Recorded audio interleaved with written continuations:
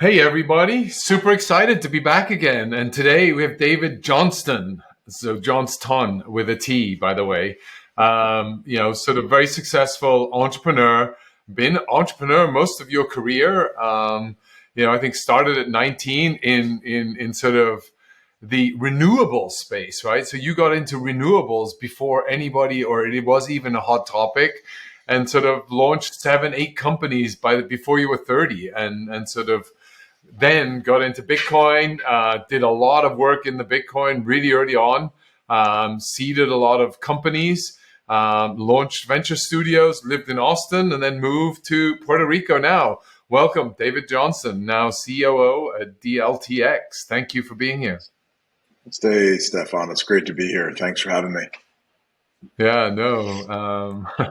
Yeah, I met you a while back, and so I was always, intrigued by your presence and I think you grew up on the East Coast, and then you traveled all across the US and then around the world, and always looked at the world as a very decentralized, sort of economy, if you will, right? Where you could then do business around the world. And I was always really impressed by that. And what really got you in that bug, and what got you going early on? Why at 19 to start a business? What really was the impetus for that? Well, even before I did the biodiesel facility when I was 19 and got into renewables, I've been building internet companies when I was a Oh, teenager. wow. Internet 1.0, like I was a 90s kid, right? So it's the late 90s. The internet has taken off. I didn't want to be left out of that. So built an online publishing company back when like that was cutting edge.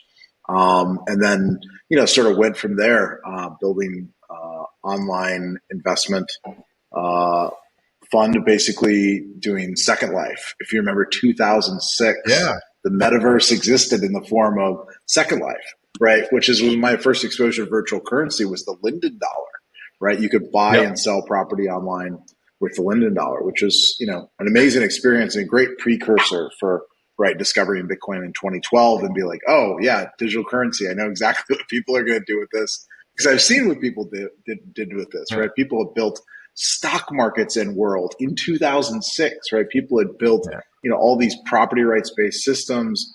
It was sort of really incredible, but I also saw sort of how that got shut down, right? The regulators knocked on the door of Linden Labs and they're like, guys, do you know what people are doing in Second Life? Like, you have to shut all of this down. No, it can't be gambling or stock markets or any of this online. And so, seeing that experience and sort of going from the incredible growth trajectory it had to like getting shut down. And basically they killed all the most interesting use cases that all had to do with finance and money and assets and the things people wanted to do. When I saw Bitcoin in 2012, I was like, oh, wow, okay. It's the Linden dollar, but this time it's run by math and not owned by a company and built on open source. Yeah, I know exactly what's going to happen here, except for now there's no door in California to knock on and say, cut all this stuff out, right? So that was sort of the beginning of the adventure. But, my original inspiration to your question was, ever since I was a little kid, I wanted to colonize space, right? Sort of that Interesting. romantic idea of, starting another civilization and, humanity becoming multiplanetary always really appealed to me from a very young age.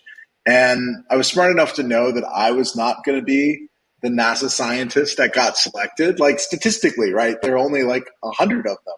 And so I'm like, there are millions of people who, can build a tech company and become wealthy. That seems a lot more statistically likely. And then I can just buy a ticket to space as opposed to like, I'm going to be the, genius scientist who gets into the NASA program. And so, I basically decided when I was like 5 or 10 years old, okay, I'm just going to build tech companies and that'll be my means of accruing enough resources to eventually go to space. So that was my original inspiration. Still a space nerd. I'm one of the investors in Space Fund.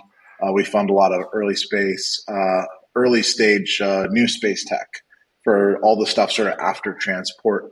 But anyway, that's kind of a fun side hobby until like it's more than a side hobby, hopefully in like the next 10, 15 years. But thank you, SpaceX, Firefly, all the people that have, radically driven down the cost of getting to space. But yeah, it's been a fun journey, especially the last 10 years in blockchain has been pretty amazing. Sort of a lot of the stuff we dreamed of has finally come to fruition with open public blockchain. Yeah. So yeah, it's been good hanging out with you in the ecosystem and seeing the stuff that you've built. And it was great running into you in Austin and Consensus. And yeah, fun to hang out today. Yeah, no, thanks. I think I want to come back to the SpaceX stuff because, I think a lot of us in crypto land or in metaverse land are sort of all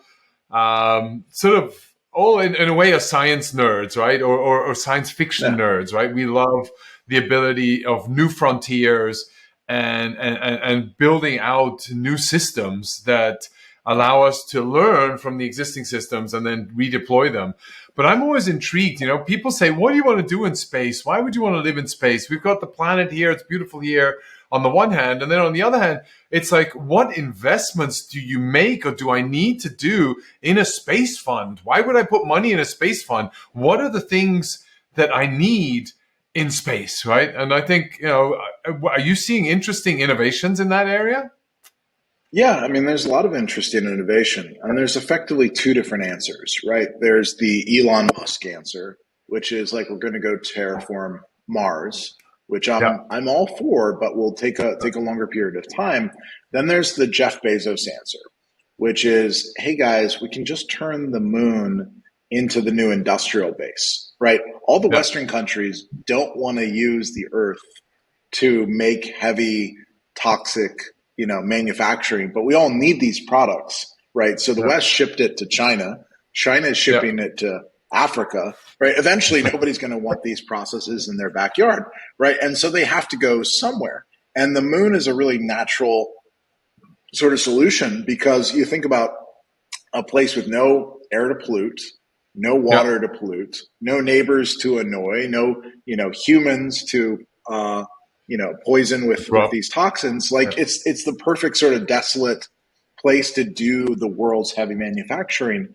And it's relatively trivial energetically to get off the moon and back down the gravity well into the Earth, right? It's very hard to get off the Earth, but it's very easy to get back down. And so the idea that, Amazon's going to basically try to move their industrial base on the moon, I think is pretty cool. It's actually very sort of realistic and practical, and also will make them a lot of money. And so, if you look at what Musk has pulled off with SpaceX, it used to cost $10,000 a kilo to launch something into orbit. And with Falcon 9, he brought that down to $1,000 a kilo. Yeah. And with Starship, that'll come down to like a couple $100 a kilo to get something into orbit, right? So he's reduced it by 100x the cost to get to orbit. And that's just going to open up a ton of stuff. But, most of space today is satellites, right? Whether it's imaging or weather or communications or, now Starlink, right? Internet falling from the sky anywhere on the face of the earth at broadband speeds is incredible game changer for people that still sort of live billions with remote access, right? So I think that's really interesting. But like you said, it's science fiction, but I think I would argue it's also philosophy, right? What interests me is philosophy and history and ethics and morality. And if you're interested in those things, you see them reflected in the systems that you live in, right? The U.S. is an expression of a certain set of principles, right? People moving to Puerto Rico are driven by a certain set of principles. They're like, I want to build in this industry. I can't get any clarity from the U.S. It's either move to Europe or Asia or work here in Puerto Rico, right? Where the government's been more friendly and more open and, given that clarity. And so, for me, it has a lot more to do with the principles than anything else. And that's what has really driven me in blockchain, right? And that's why I wrote the paper on the general theory of decentralized applications in 2013. It was really sort of setting out 4 principles. It's like open source, transparent blockchains, peer-to-peer networks, and tokens are the way that we can build these systems economically, that's what made Bitcoin successful, right? It wasn't just that we need a replacement for, fiat currency, and that's a whole other morality, like honest money that isn't, printed in the background, people to really understand how it works, and politicians tricking people with, the customer prices went up. How did that happen? Like, I don't know, the 80% of all dollars in existence that you printed the last 2 years, that might have something to do with it. But by the way, oh my God, the Orwellian naming. I don't know if you saw last night, they passed the Yeah, of course I Inflation saw that. Reduction Act. Yeah, And it's exactly. like, yeah, that's what we need. If we just spend The $750 inflation billion. protection index. Oh my God. It's like, no, I don't think printing more money is going to help reduce inflation. That may have the opposite effect. It's like, come on, this is economics 101, but politicians don't And exist. by the way, in reality. that budget, the IRS gets $80 billion to buy new cars and be able to hound down people below earning less than $200,000, right? So it's like, yeah, it's a bit ironic. It's a bit ironic, but yeah, I mean, so it's been great though the last 10 years because it's a time of such optimism yeah, because you have for exactly. the first time the technologies by which to opt out of violence-based systems that you don't like and replace them with math-based systems, right? And so that's what I am, right? I'm a freedom maximalist. I want as much freedom and prosperity for human beings as can be achieved. And Bitcoin plays a part in that. Ethereum plays a part in that. And many of these protocols can play a part in that. But it's not just limited to currency. It's like, how can I take every part of my life out of a monopoly structure, out of a violence-based Yeah. structure, and put it into a voluntary, peaceful, math-based type of framework instead? And is that when a lot of the times I think, when you Google your name, you come up as a decentralist, right? And is that something that Yeah. you've coined? And does that sort of, to me, sort of relates to a lot of the math and your thinking there. Is that right? Or what is a decentralist? Maybe you can explain it better. I think that's probably a pretty good definition of my philosophy.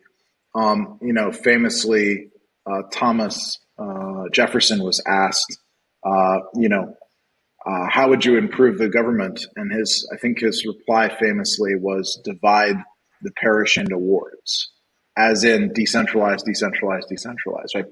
Yeah. Push power to the edge of the network, right? The Yeah. smallest possible unit of people making decisions for themselves provides the best outcome, right? Historically, what are the worst outcomes? It's when you've got an extreme concentration of power in a tiny number of hands, whether that's a fascist regime or, a communist central party or whatever, like planning on behalf of a billion people as if such a thing were possible. You can get into the information theory side of that, right? They can't possibly have enough information about the interests, desires, and will of those, billion people on which they pretend to, plan on behalf of. Like, that's just impossible, right? According to information theory. So if you say, okay, well, how do I get the most prosperous society? It looks like Switzerland. It looks like Liechtenstein. It looks like these places that are very decentralized in their governance, where there's a lot of local control and you can have local innovation, and people are directly involved. And even better, it's just property rights. I like this thing. I can buy this thing. I don't need anybody's permission to buy this thing. And that was the beautiful thing. That was really the beautiful thing about Bitcoin was, before that I was involved in, rallies and efforts with Ron Paul to end the Fed or audit the Fed. And it's like, I could have spent the next 50 years trying to convince 51% of the population, that this was the correct, that there should be basic financial audits of the central bank, or that, inflation was, a hidden tax and all these things. Or I could just take my monetary value, opt out of the system, buy Bitcoin, and no longer be following the central bank's dictates. And that has been so nice, because I feel like libertarians and I would say a decentralist or a voluntarist, these are these are offshoots of libertarian thought.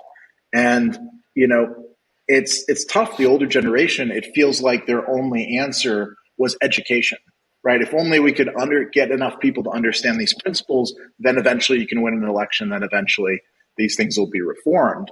But rather, now we have a technological solution where you can immediately take personal action to see this thing in your lives. And that was really inspirational to me. And that's why I wrote the paper and pushed it. Okay, let's build decentralized applications that do all of these things, right? That provide data storage, that provide internet connection, that provide, everything we need in life. And using this new format, to me, that's hugely exciting. Yeah, I think one of the things that you also not only just sort of went in as a decentralist yourself, you took action and supported the ecosystem, right? You built a dApp fund, you built BitAngels, where you wanted to aggregate community members to co-invest in new angel startups in this decentral world, right? How did you gather people together in 2012? I mean, it was really early on in the industry. It was you would go to meetups and there were maybe 10 people there, or if at all, or how would you gather people and find like-minded people that were wanted to invest and see the furtherment of this? Well, I mean, at first the community was almost entirely online, right? 2012, it was all on Bitcoin Talk forums. It was on IRC. It was on our Bitcoin on Reddit, were sort of the places people gathered. It didn't really materialize into the real world until May of 2013, when the Bitcoin Foundation put on the very first their very first Bitcoin conference, and they were expecting, I don't know, 400 or 500 people, and all of a sudden 1,200 people showed up in San Jose, California, and it was like this Woodstock moment. It's like, oh, there's Roger Ver, there's Vinny Lingham, there's all these early guys, and the people you've seen online, and all of a sudden everybody's in person. And famously, Michael Turpin turned to me after the first day of the conference. We had just met at a restaurant afterwards, and he said, it's weird, VCs are starting to cut checks into the space, right? Coinbase had just been funded by Union Square Ventures, right? And he's like, there's no angel group though.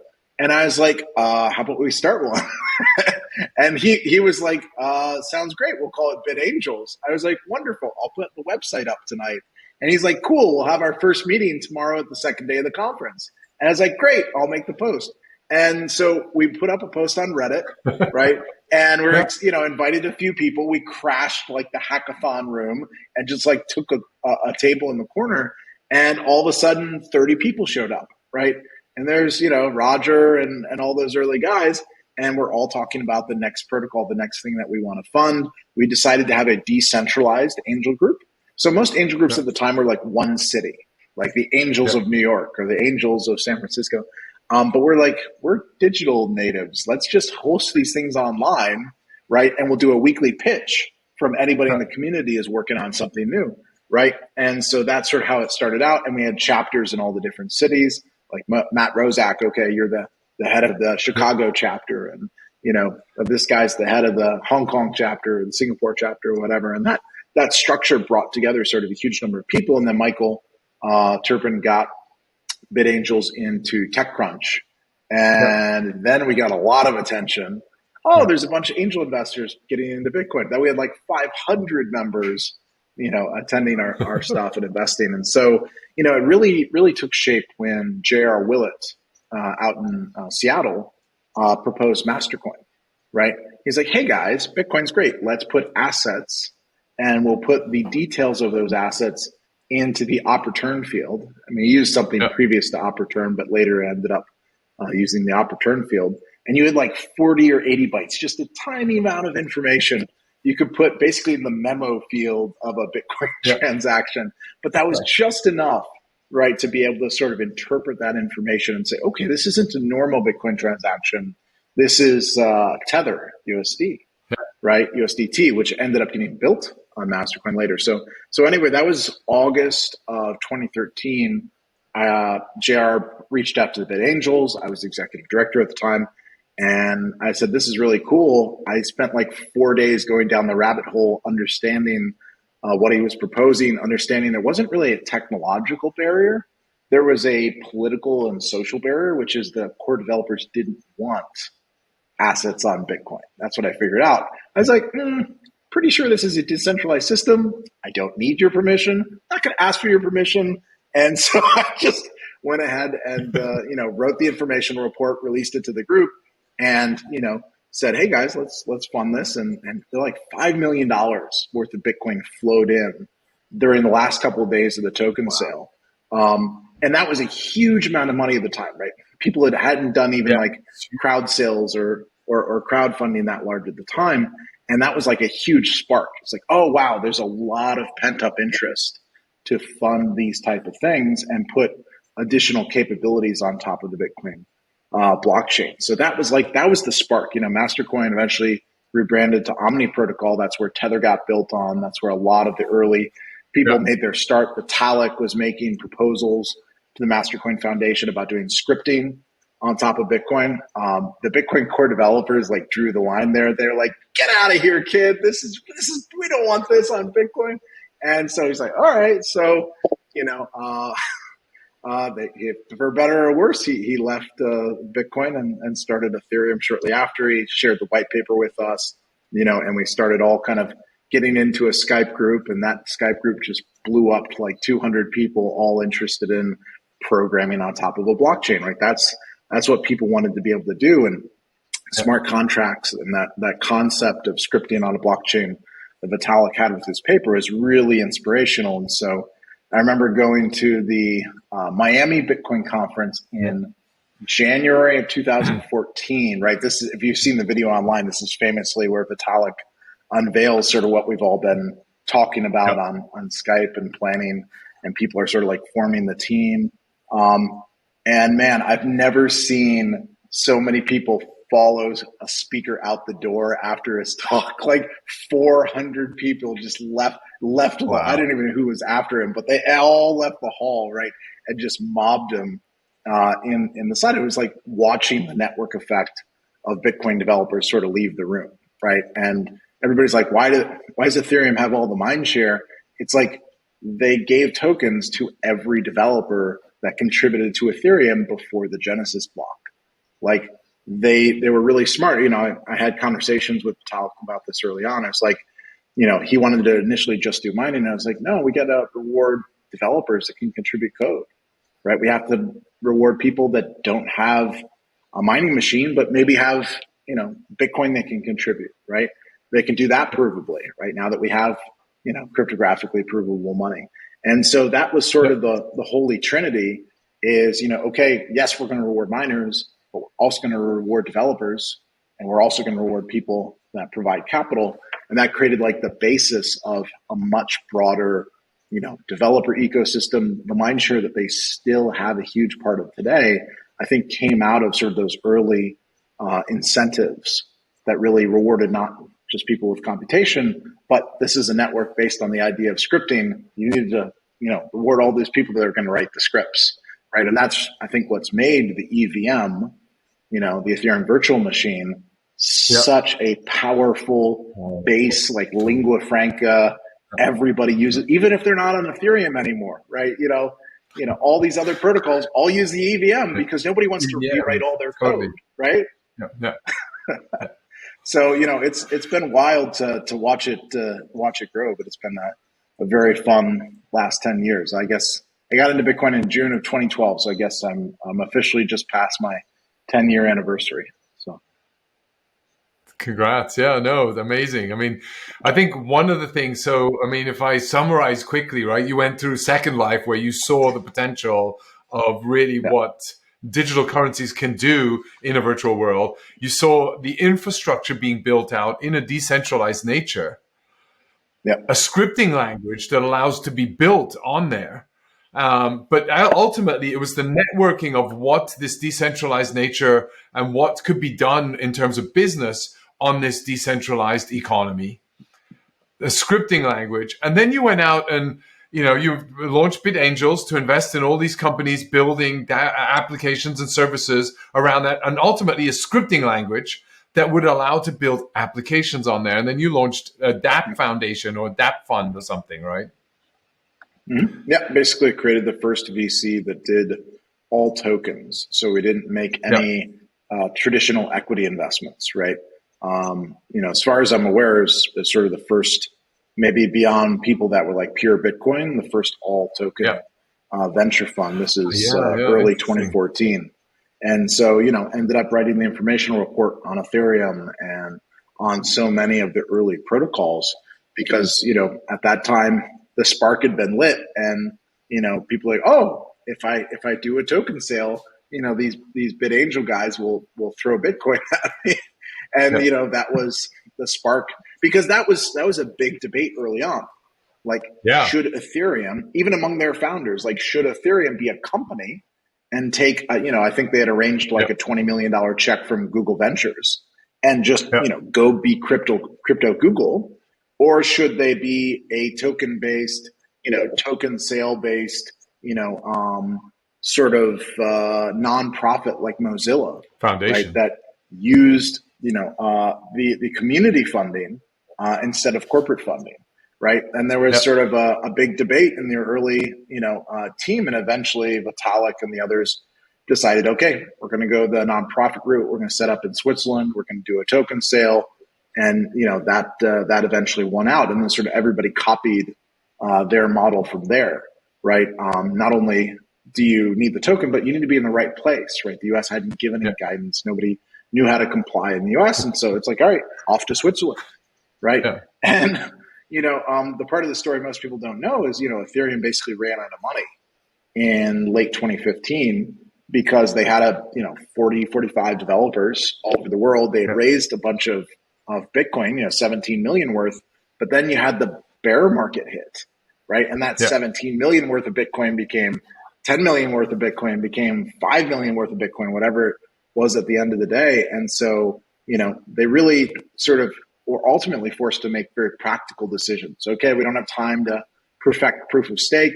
We're going to launch a proof of work. We need to get this thing out the door and we can iterate from there. But they managed to sort of get the core things launched and, the project finally took off. But, I remember having to defend it for like 2 years. People like, oh, it's never going to launch. And, how can you support these guys? It's like, I think they're making an honest effort. I think they'll get across the line, and they finally did. And so my reputation recovered a little bit as Ethereum succeeded, and kind of went from there. But yeah, I think it's funny again, right? So that whole period was really around crowdfunding, right? I mean, you went to the community that felt they wanted to support and endorse something where they saw this would only further the growth of this decentralized economies and invest in protocols. And then ultimately the government came in and again stopped the crowdfunding, right? You could only allow certain individuals to invest. You couldn't allow, and the US always was on the sidelines. It was not allowed to participate. And so that was super surprising to me. Why would you push away that innovation, that drive, and particularly the technology hub and that the US was all of a sudden is being pushed to other places, Switzerland, Japan, everywhere, Singapore, all these other places around the world, except maybe Puerto Rico even, right? Not in the US. We don't want to be in the US, which was really weird, which I guess is part of the reasons why you moved to Puerto Rico. Well, it's almost like there's a conflict of interest at play, right? Like, in 2014, you have the Bit license emerge in New York, right? Clearly, the banks don't want Bitcoin in their backyard, right? In the time, you had Bit Instant, you had a lot of the action early on was in New York, and then the Bit license gets passed, and it's like, okay, if you want to be a startup in Bitcoin, you need $30 million and a 3-year license, and oh, by the way, we haven't figured out the rules yet, and it's going to be tougher than being a bank. Like, as a broke startup, that doesn't work, right? So they basically pushed all crypto out of New York, right, in 2014. And I remember, and then sort of the Bitcoin community became nomadic. and much more global, probably for the better, right? It wasn't all based in New York. I mean, people flowed to Shanghai, right? For a couple of years, up until 17, when China shut down the exchanges, it was that was the epicenter. I went to China like 25 times. That's where the exchanges were, the miners were, everything was really happening, and then China repeated the mistake, right? They kicked out the community, and people, continue looking elsewhere, right? To Singapore, to Portugal, to, Germany, to Puerto Rico. And for the foundations, they really found their home in Switzerland, right? Most of the foundations are now in Switzerland because the Swiss were smart enough to give clear guidance on how to set up and how to, protect consumers and follow the rules and make the proper disclosures. And so, that's how DLTx ended up in Norway, right? To their credit, the Norwegians have been very friendly and clear about how to be a blockchain company, right? And I really like this idea. So sort of I went through this whole evolution, right? From, entrepreneur to angel investor to VC to running my own family office. But finally, it was like, if I want to get to scale, I need a vehicle where a ton of people in the public can all participate, right? And that's a public company. But the US, it's really expensive to become a public company. And so you sort of need somewhere to start. And Norway is much more affordable to be a public company. And so, we talked to the regulators. There was an existing metals mining company called Element. And we explained to them Bitcoin mining. We're like, guys, this is just another type of mining. And they were like, you're right. This fits the criteria. And so they let us, come in as a mining company and take over this shell, and to their credit, they're right? Digital mining, traditional mining, it looks very similar with the power consumption and, building out these facilities and the way it functions and the commodity that it produces, right, is how a lot of countries would define Bitcoin. And so, that was sort of the spark. But the inspiration for DLTx is like, okay, I want to fund more of these protocols, right? I want to, continue this revolution that's happening. But it's hard to do that in the US. And so, it's a lot easier to have a foreign company if you're based in Puerto Rico.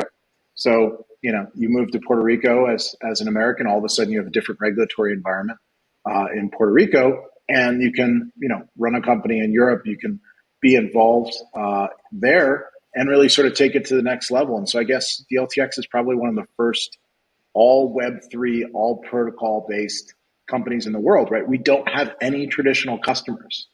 The customers are the protocols, right? We provide hash rate to the Bitcoin protocol and earn Bitcoin, right? We store data and get rewarded by Filecoin with Filecoin tokens, right? The same with the Helium and, providing decentralized internet bandwidth, and rewarded with HNT, the same with Pocket Network and running all of those nodes, those blockchains for developers and earning POCT, right? And so that idea of, okay, we're going to build the real big infrastructure for money, compute, storage, and bandwidth. Like I like to say, no matter what wins in Web3, I guarantee you they'll be using money, compute, storage, and bandwidth, right? By definition, if they're actually a decentralized project, they'll be using that decentralized infrastructure. So that's kind of the vision. Is you talked earlier about the FAT protocol thesis. And this is sort of a brilliant paper written in 2016 by the folks at Union Square Ventures. And they're like, look, guys, blockchains aren't like Internet 1.0. Most of the value is accruing to the protocol layer, right? You look at HTTP or TCP/IP, those are very thin protocol layers, right? They're basically just communication. But here, having a ledger, having all the assets reside there, these fat protocols, all the value is flowing there. And that's what we've really seen. You look at Ethereum, ETH has accrued more value than every application built on top of it combined, right? Because to use the network, you have to use ETH. And so people have treated it as sort of a decentralized money for the purposes of funding. People raise an ETH, they spend ETH, ETH gets burned in the transaction, right? And so, that's sort of a great example. And, I think we're going to see the exact same thing, but play out at the next level.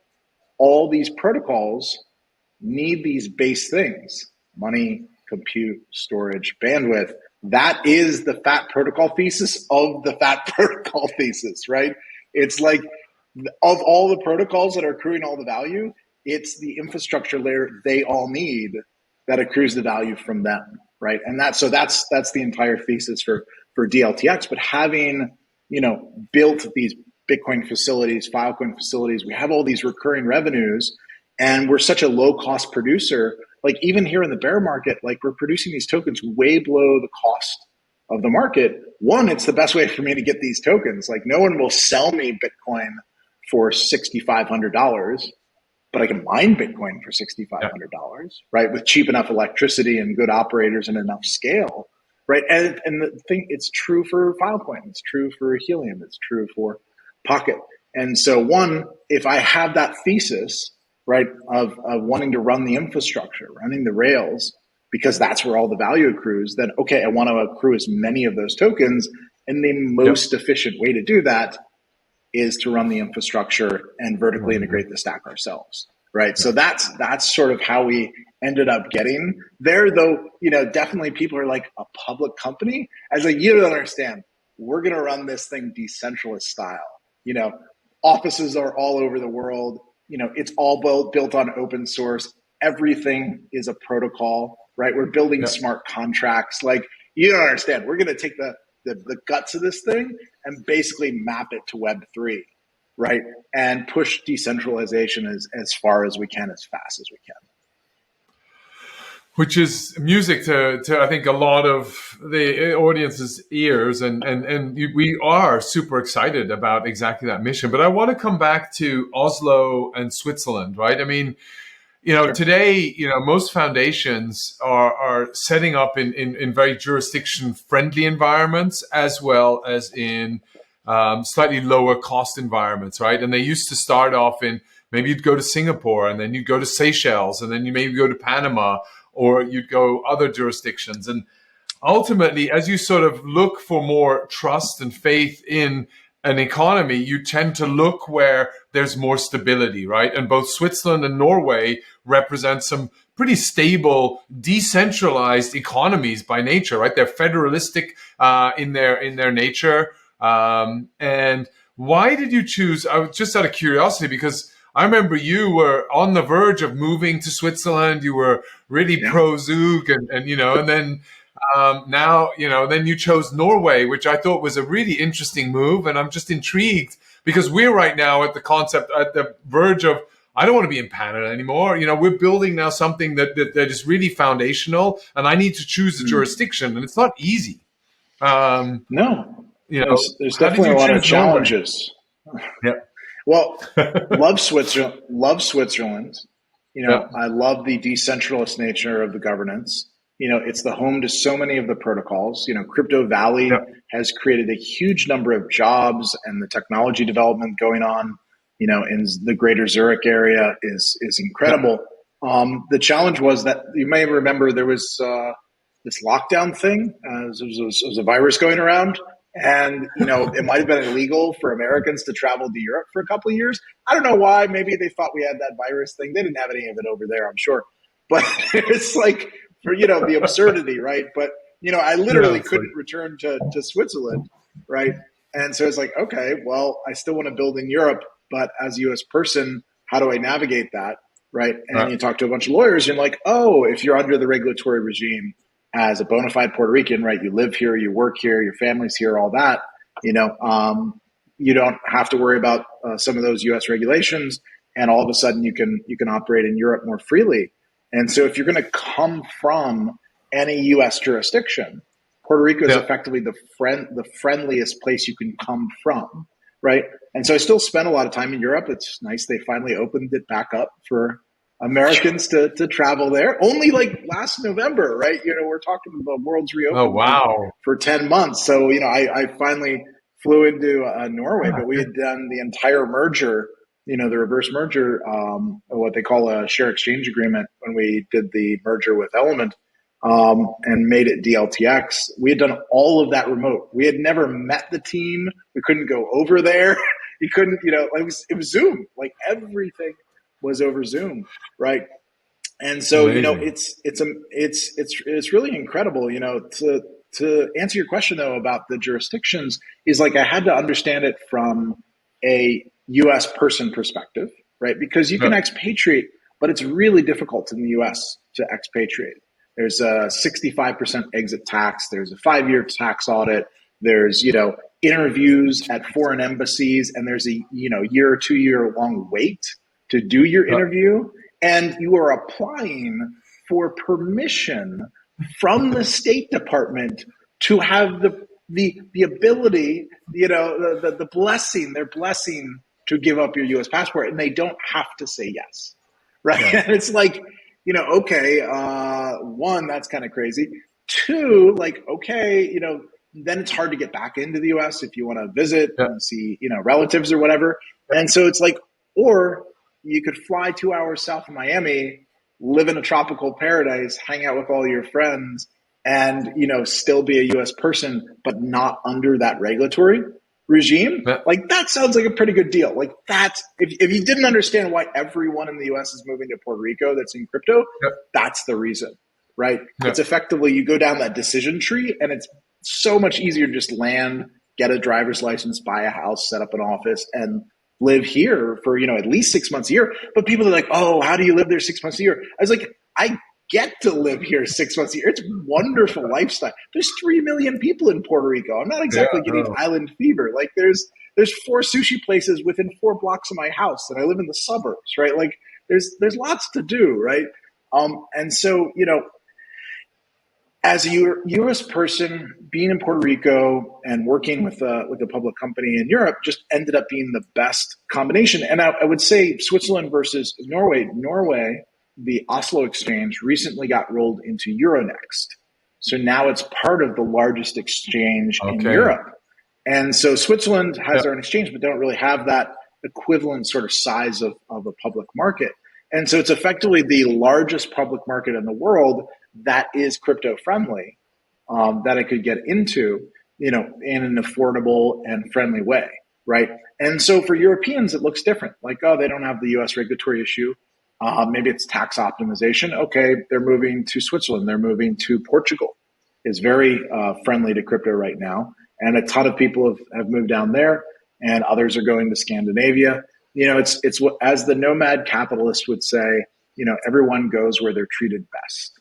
Right. Yeah. And that's very true right now. It's just sort of a shakeup of where that is. That used to be the U.S. mainland. People used to aspire to move to New York. Yeah. And now I'll get on a call and, oh, where are you guys at? And somebody's still in New York. I'm like, oh, I'm sorry to hear that. I hope you're able to get out. and they're like, I know. I'm trying to get to Puerto Rico. There's nothing going on. I want to be down there. And it's like, it's flipped the script, right? For half a century, like it was people leaving Puerto Rico to go to New York for opportunity.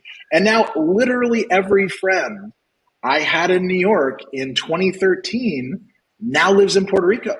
They had to come here for opportunity, right? And, credit to the Puerto Rican, officials that, saw that opportunity and said, oh yeah, we're going to be friendly to crypto. The US is making a mistake here.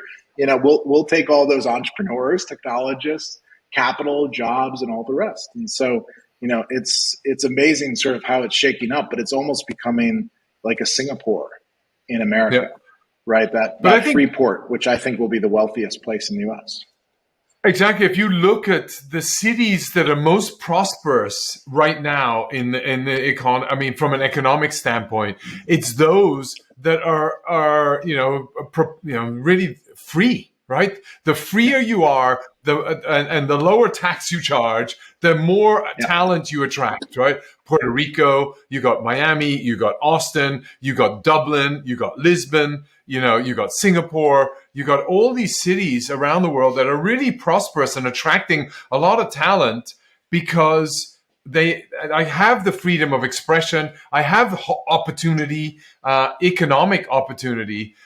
Which is so, I mean, I just don't understand why we still feel or there's a large portion of the population that still feels we need this centralized big institutions, IMFs, the Washington DCs, the Brussels, that have to really centralize the power and put me in charge. And when I say we're going to fix it, we're going to fix it. Don't worry. I won't explain how I'm going to fix it. Just trust me, I'm going to fix it because you're not smart enough to understand the way I'm going to fix it. And by the way, I mostly don't even know myself, but I worked hard and I've been many years in politics and bureaucracy to get here. But maybe, I don't know.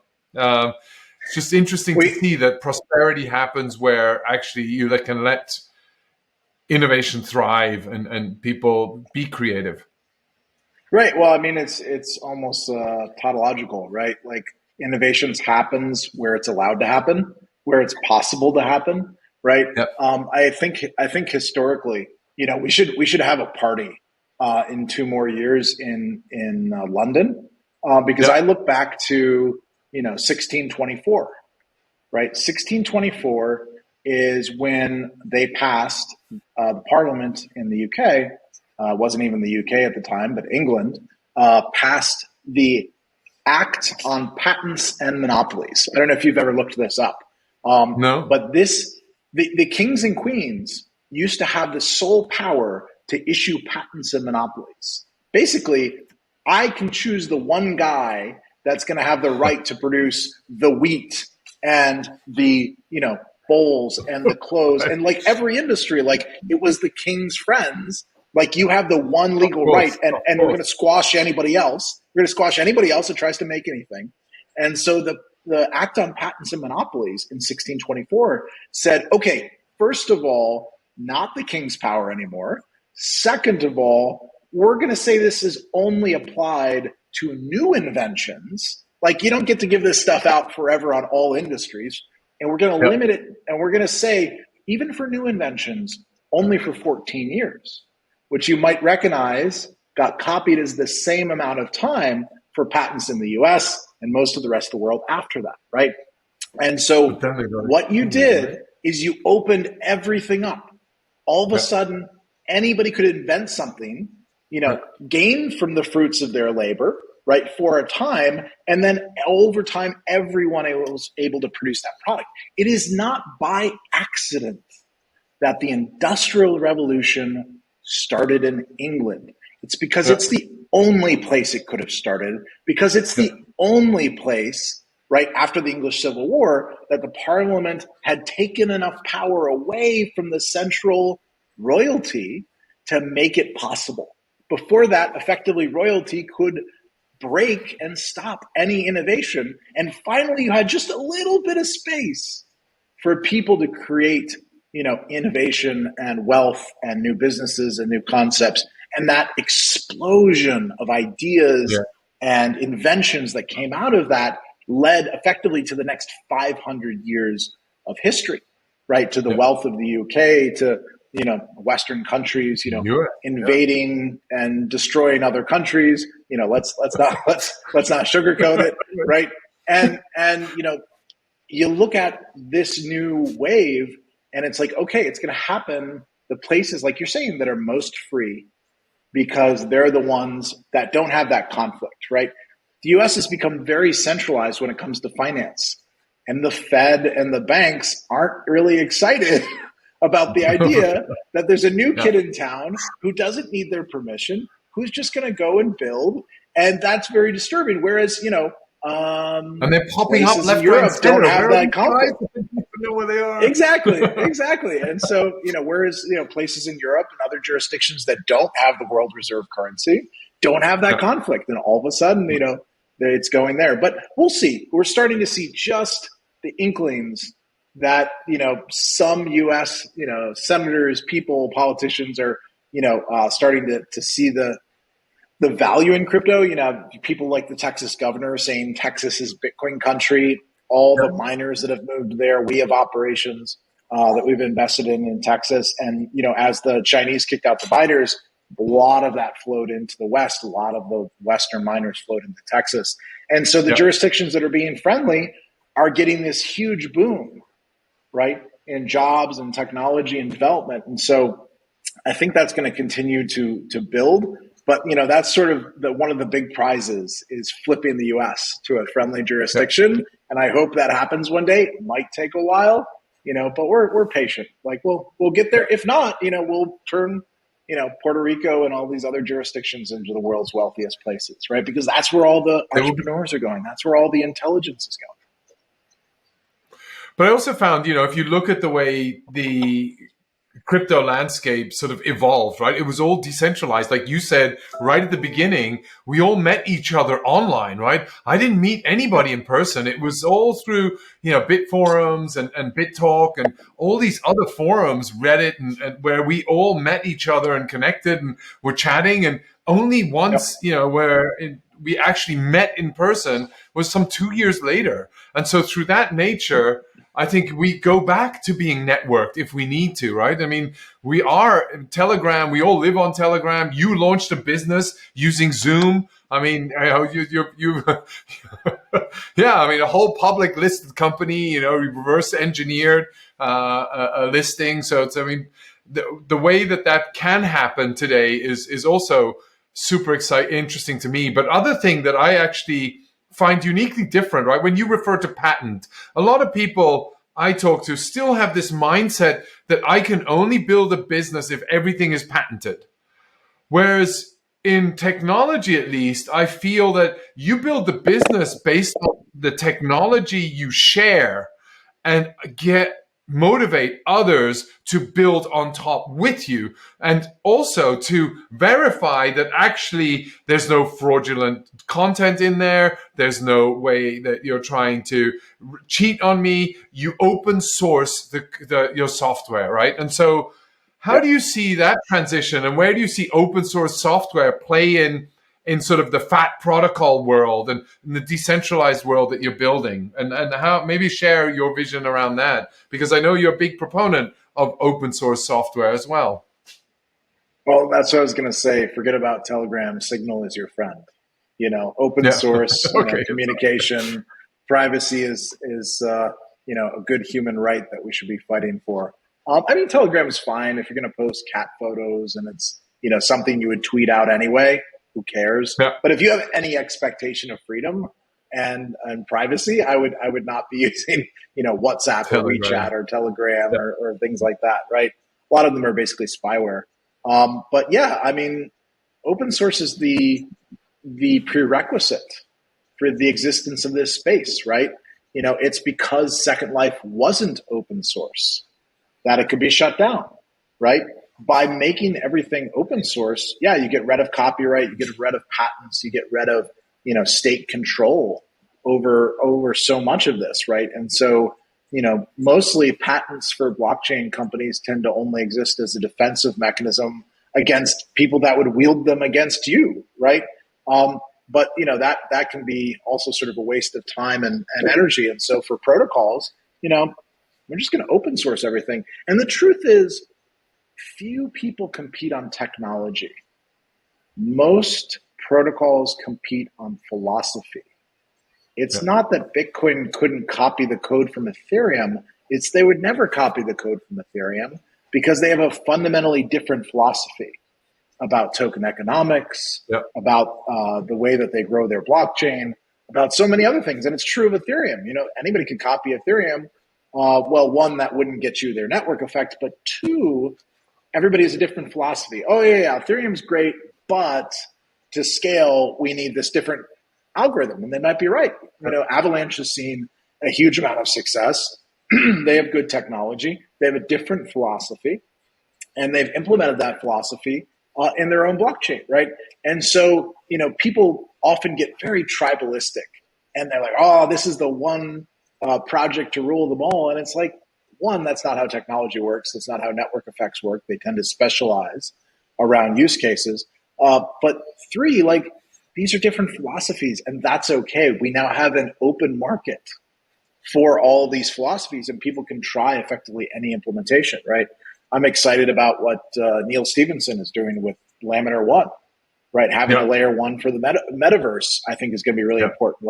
Nobody wants to live in the dystopian future run by Mark Zuckerberg and paying, 47%, creator fees to their corporate overlords, right? Like that sounds really terrible. How about we have an open source, neutral, open platform like Laminar One that they're developing for the metaverse? That seems a lot more attractive to me. And so, again and again in human history, people need, open markets and platforms which are fair that they can build on, and those are the ones that prosper the most, right? So yeah, I'm a huge proponent of open source. It's basically required if you're going to do anything in this space. And the projects that haven't open sourced tend to just languish because nobody can build on top of it, and nobody knows how to use it, and nobody can trust it because they can't see the code, right? And so you've seen protocols that even didn't start open source eventually realize they need to get there, right? And in order to build their community, they've got to become open source, right? And so, I think that trend is inevitable for most use cases. And I think you're, calling it actually, it's not necessarily technology itself. I mean, ultimately that does play a role, but it's ultimately the philosophy, right? I'm endorsing and embracing this technology because I like the philosophy. It resonates with me, and that culture is something I want to be a part of and help scale and have skin in the game, right? I mean, I think that's really the opportunity that it represents for everybody to be a part of that. Exactly. Yeah.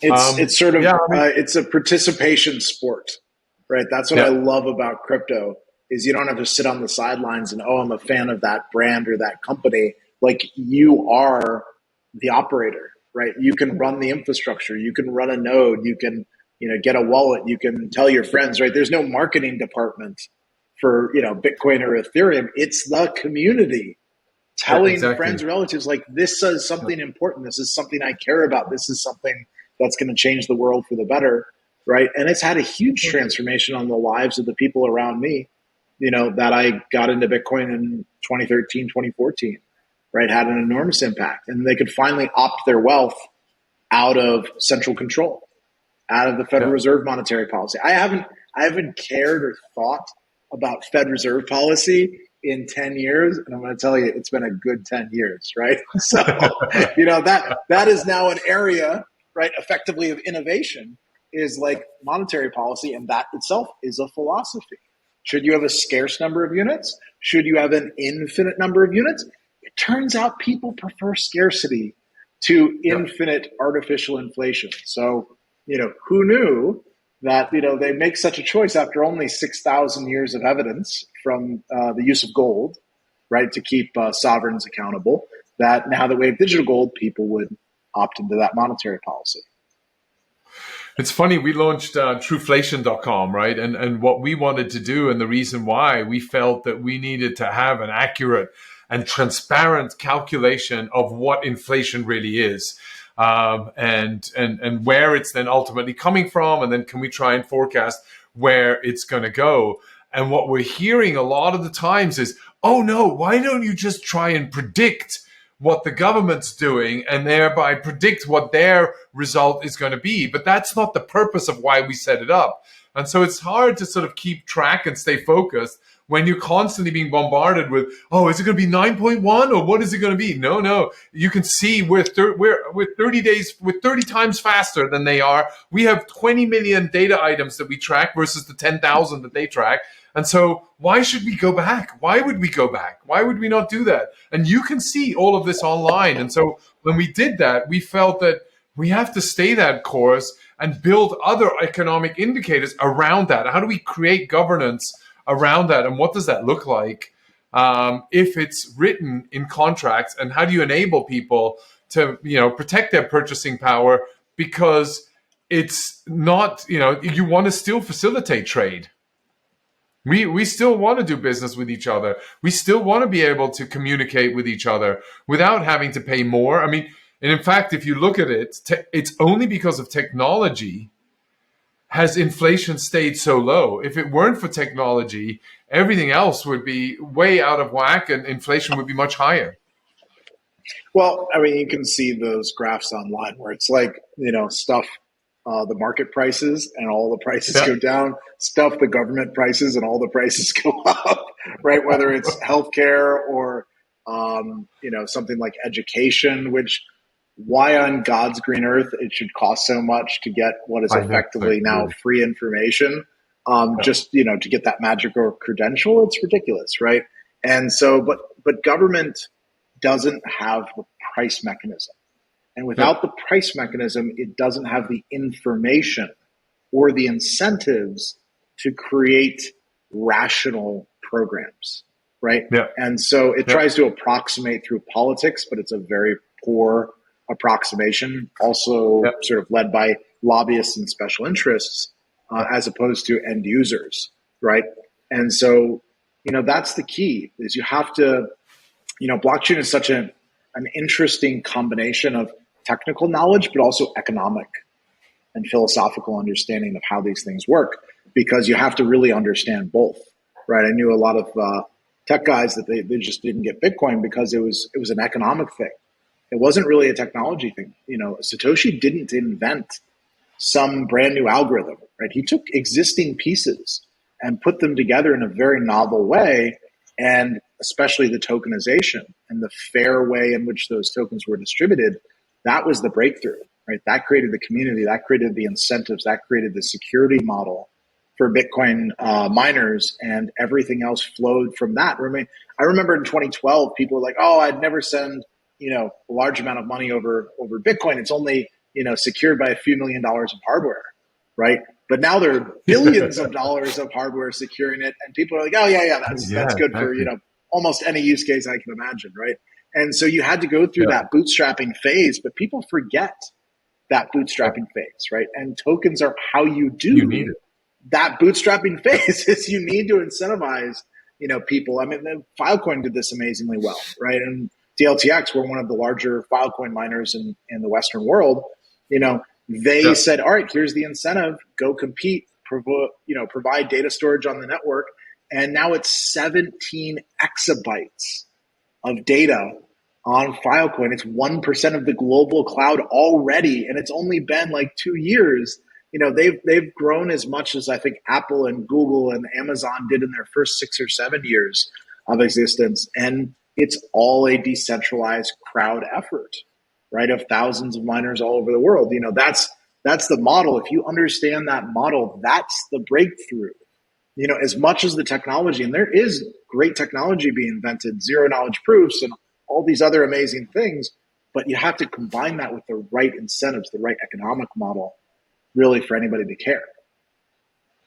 It was interesting. I saw a visual just the other day, and it was about Android, right? And Android, actually, when Google bought it was like $50 million when they bought it for, and look at it now. You have this huge community. I think it's got the largest footprint of devices. Okay, maybe not in the US or maybe not in Switzerland or Norway, but around the rest of the world, everybody's got an Android phone. And ultimately, that innovation that happens on the Android phone is actually really strong, right? And that open community, and it's taken years to get there, right? If you look at that acquisition, it was around 2007. So it's taken years to get there, to build it, to compete, to identify protocols, to integrate those and consistently deploy them, have backward compatibility, right? And you look at where Filecoins come and look at how far some of these, Bitcoins, in 12 years, you're now from zero, when it was a pet project with all of these crazy guys that spent some of their money to buy this weird, wacky thing that you don't even know. It's all fake money anyway. And then now, all of a sudden, Jerome Powell's on stage. They're saying, I have to manage my policy based on these cryptocurrencies, right? It's like, that's a significant path. Where's Filecoin going to be? Where's the next, what are the next things that are going to be disrupted? I think that's going to be really interesting to watch. And that's why this is the time to be super excited and really be full of hope. And there's opportunity. If governments would just only embrace this more, we'd see a lot faster evolution, many more jobs created. And it's a leap of faith that you have to go down to change systems and not be encumbered by what you've built up so far and trying to hold on with dear life for, something that is built on a framework that was set up, a couple hundred years ago before computers and electricity and stuff. But I think one thing you always advise people also, I think you just wrote a Medium post, right? It's like bear market build, right? So you want people to build in the bear market, right? And I mean, yeah, why, maybe you want to share a bit of sort of, why do you think you can make a difference? And isn't it harder to build in bear market because there's no money around, there's no investors around? I can't build in a bear market. It's too difficult. It's like, what do you advise people that are excited about this video and I want to go into a decentralized world? Where do I start? Why should I build, right? And well, first of all, like, if you believe in this thesis, if you believe in these fundamentals, price go up, price go down, nothing's changed, right?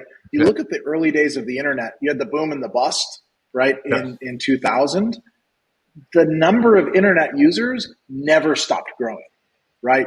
It was 100 million back in 99 or 97 or whatever, and it just kept growing, right? Who cares about the internet boom and bust? People wanted this technology. They wanted this utility, right?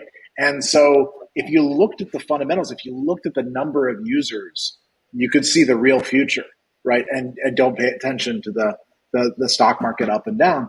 It's that same idea. It's like I went through the boom and the bust in 13, 14. I went through the boom and the bust in 17, 18.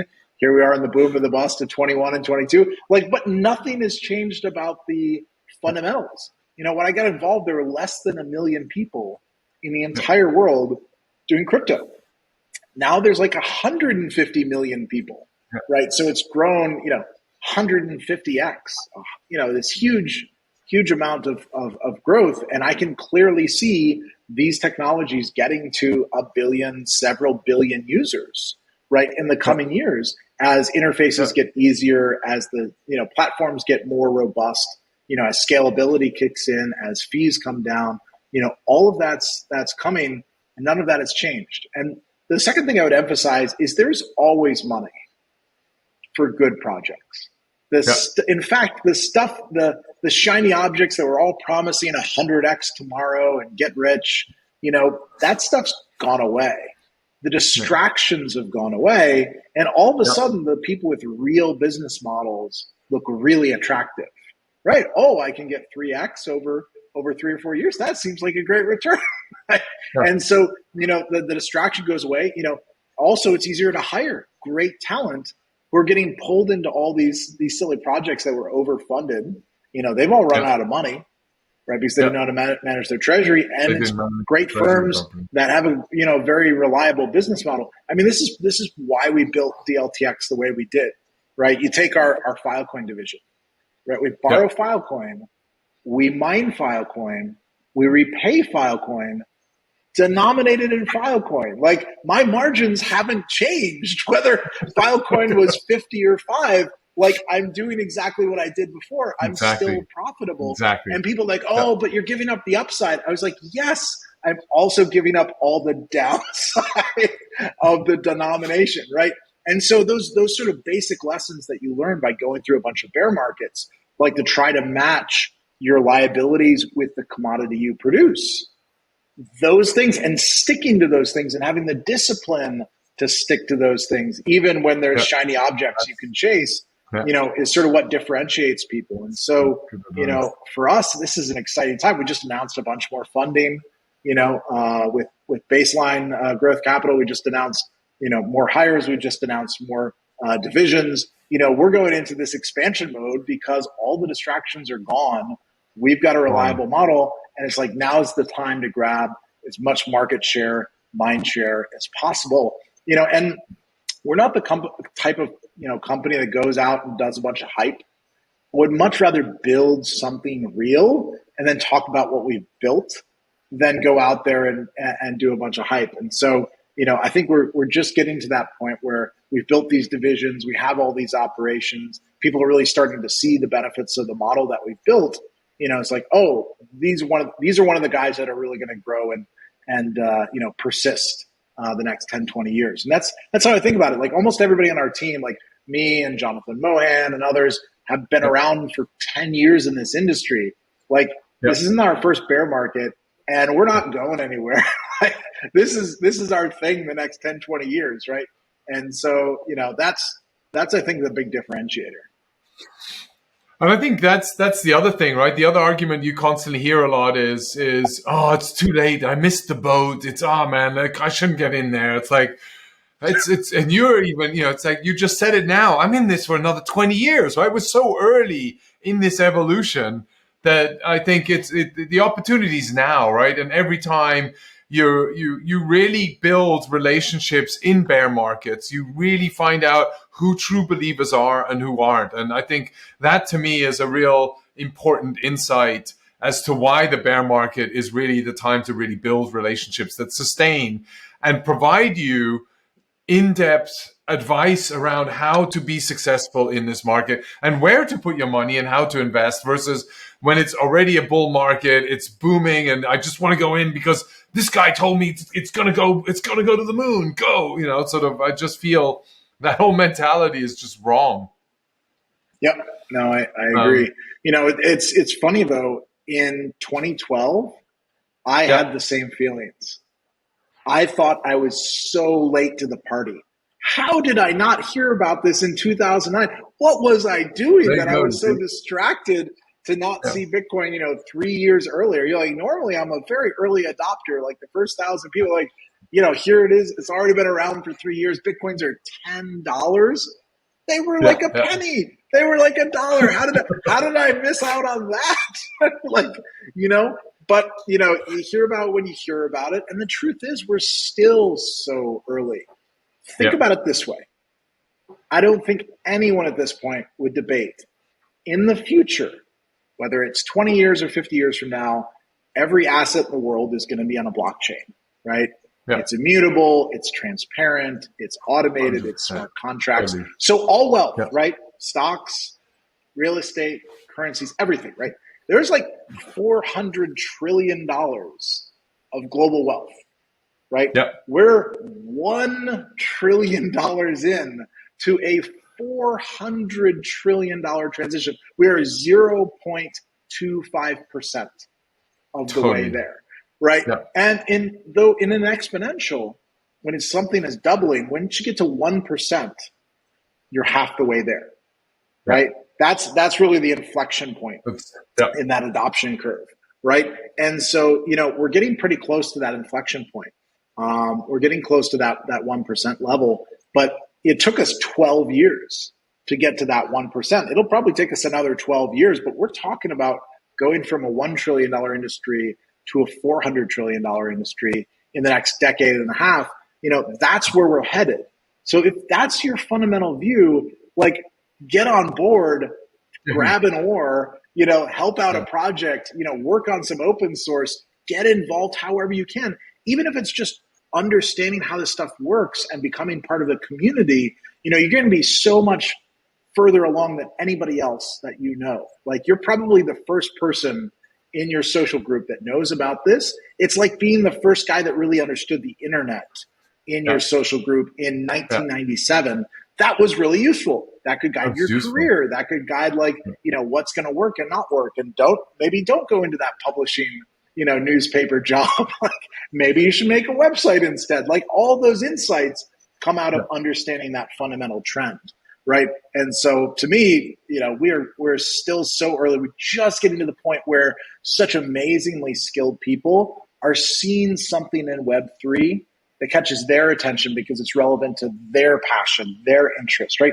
That was the early internet. People are dismissive because it doesn't do anything for me. But all of a sudden, when it did something they cared about, then they got involved in the internet. So figure out what that is for you, but jump in, man. This is the time. You're gonna brag to people in 10 years. Oh yeah, I got involved in 2022. I was super early on, like 2022. Wow. How did you hear? Oh, well, I listened to this podcast and there's this great guy, Stefan, and he explained it all to me. And it's like, that's always going to be the case, right? So, it's the old, the best time to plant a tree was 30 years ago. The next best time is today, right? So jump in. This is, it's a fun industry to be involved